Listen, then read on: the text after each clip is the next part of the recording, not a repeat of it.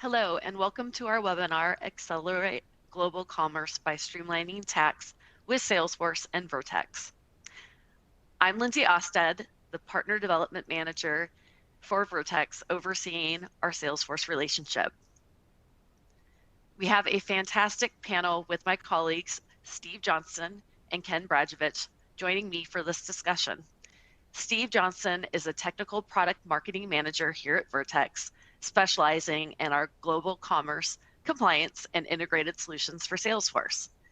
Ken Brajevich is our global head of partner development, specializing in indirect tax and our Salesforce integrations. We'll start off today's presentation with a dive into what's changed in the past couple of years in the tax landscape. Steve, we'll start with you. What have you seen with regards to challenges and trends in the tax world these days? Well, first and foremost, thanks for having me here today, Lindsay. I think the biggest trend that we've seen is just change and rapid change. Changes in business models, changes in tax rates and regulations, what's taxable and how tax needs to be applied, and then complexity, right? A ton of complexity that comes along with that. And, I think as the slide speaks to, I think the challenge that organizations have is not falling into that trap of thinking they can use the same processes and platforms to be able to manage and really deal with this change, right? You need to really be able to take a modern approach to tackling all this. I think to expand on that a bit, when we talk about the changes, you look at the complexity, right? You currently have more than 90 different countries that have, their own specific variations of tax rates and regulations.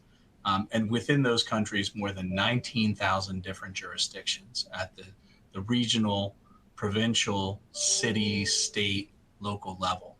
And in some cases, those all have their own each unique fees and taxes and requirements.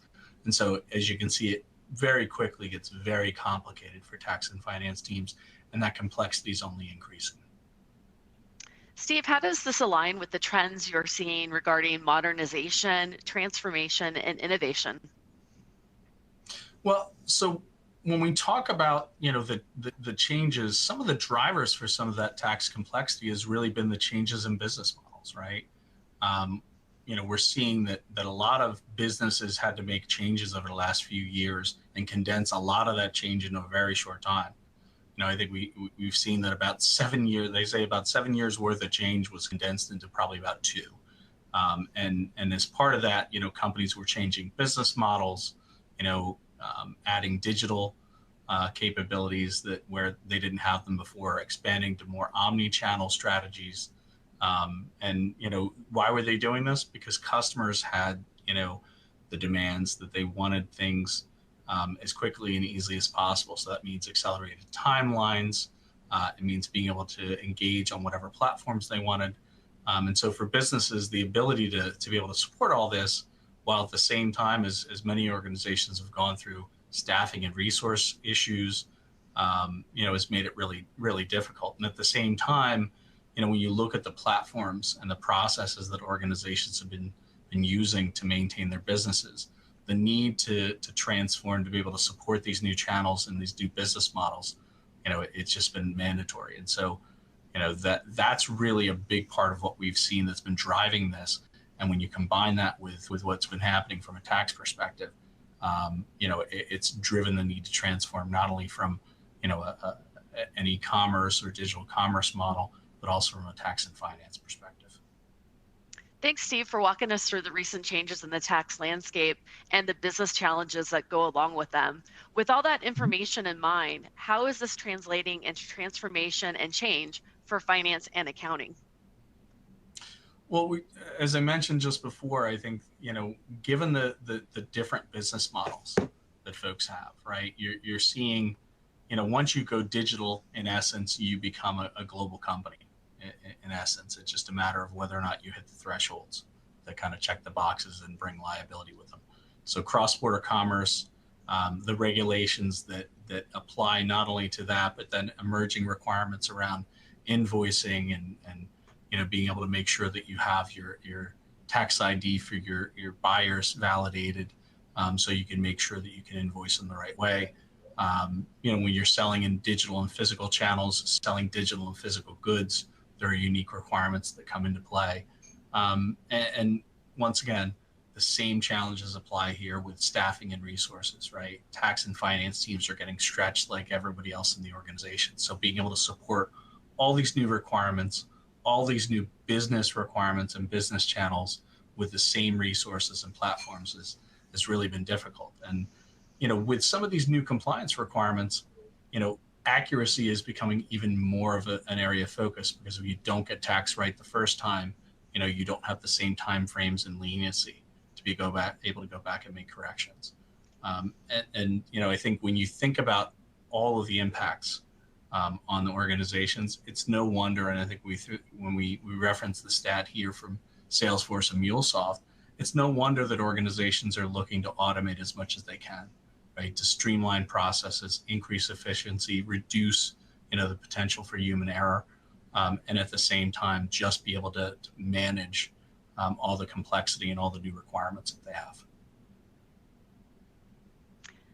Wow, that's a lot of work and changes for a team of financial professionals. Ken, you're on a lot of executive level calls and more strategic conversations. How should executives and business owners think about their business processes to make sure their teams are able to succeed in these initiatives? Is there a need to optimize the order to cash process? Ken, what are your thoughts? Thanks, Lindsay. As Steve alluded to, between the staffing and resource challenges and the increase in expectations from customers to deliver fast and frictionless transaction, optimizing the order to cash process is strategically important. To do this, organizations need to, first, modernize processes and systems to eliminate process and tech debt, automate to reduce manual processes, churn, and potential errors, integrate systems and processes to avoid repeating tasks, address areas for potential friction, such as tax, which can cause lags and errors, and finally, identify opportunities to outsource non-strategic tasks to free additional staff and resources. Sounds like there's a lot that can be taken care of so people can get back to the things that matter in the business. For both Ken and Steve, what are some of the best practices that you can share for successfully modernizing and transforming tax and finance to support business transformation? Ken, let's start with you. Well, first, let's make sure that tax and finance are at the table from the beginning. Identify areas of priority where there is a need to improve processes and efficiency. Outsource what you can and automate as much of the rest as possible. For example, automating updates to tax rules and data, along with tax determination and reporting, streamlines processes and eliminates tasks which typically would require multiple resources from multiple teams. And finally, look for opportunities to improve the integration with key financial applications. This reduces maintenance and adds flexibility. This means aligning with IT leaders on strategies and platforms. Thanks, Ken. Steve, what are your thoughts?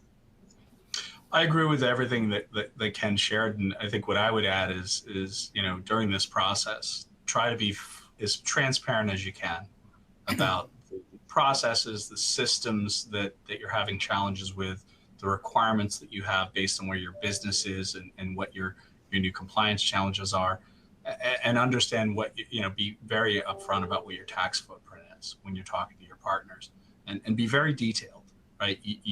Even the little things that you may think may not be important today could really become very important in the future. So you want to make sure that you don't leave any stones unturned, and that you make sure all your requirements are fully addressed.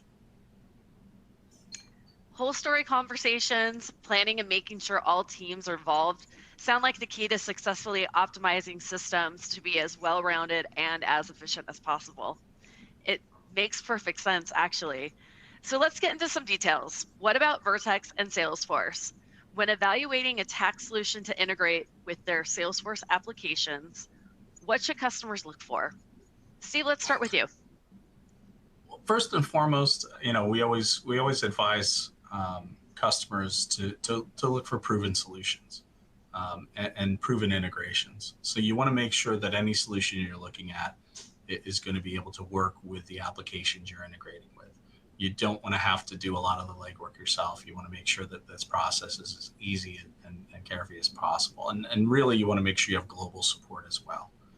Being able to have a single platform that allows you to provide that global support is really key, because even in organizations that are only currently doing business in certain regions, you want to make sure you have that flexibility to grow in the future and that you won't have to make replacements later on. And, I think this speaks to, the reasons when you look at why people use Salesforce applications in the first place, right? It's all about flexibility, scalability, and automation. You want a solution that can deliver that same level of flexibility and scalability and accentuate the automation, so you're getting as much value and extending the value of your Salesforce investments while you're at the same time future-proofing your business. I think we touched on before, the other thing I would say is accuracy. Many vendors claim to have really good data and tax technology, but the key is to make sure that it can be accurate even with the most complex tax and transactional scenarios. And that's where a lot of times issues come up. So you want to make sure your full tax scenarios are covered, not just a portion of it, because you don't want to have any issues later on where some of your specific use cases aren't applicable. I think the other piece is, and this is everyone's need all the time, is making sure you have the right level of service and support, right? You want a partner who has experience, they're knowledgeable in the Salesforce applications, and can provide you with the pre and post implementation support service that your organization might need. And I think that's why customers often look to Vertex, because we offer, one of the only fully integrated platforms, single global platform for tax automation and compliance reporting, supported by, a dedicated team of Salesforce certified consultants and support specialists. So when is the best time for customers to integrate a tax solution with their Salesforce applications? Ken?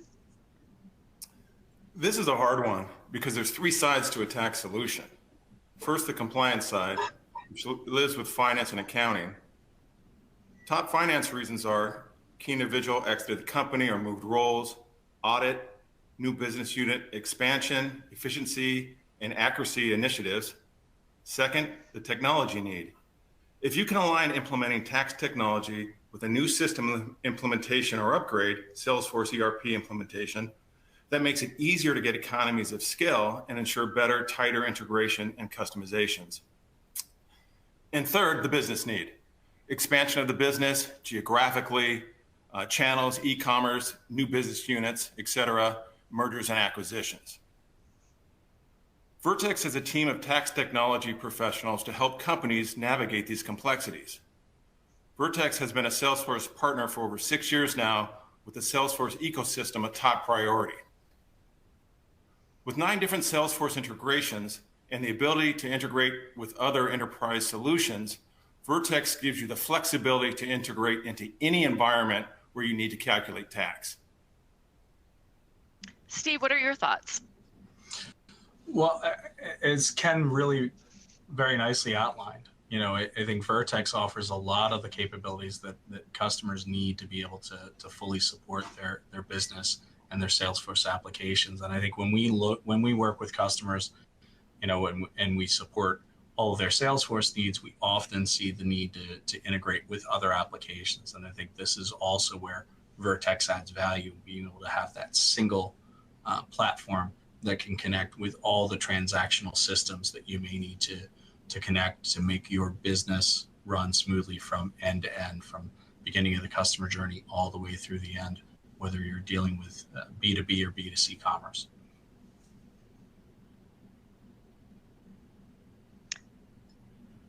We covered a lot today. I hope everyone had their coffee and was able to take in all that excellent information. Steve and Ken, thank you for being such great presenters today.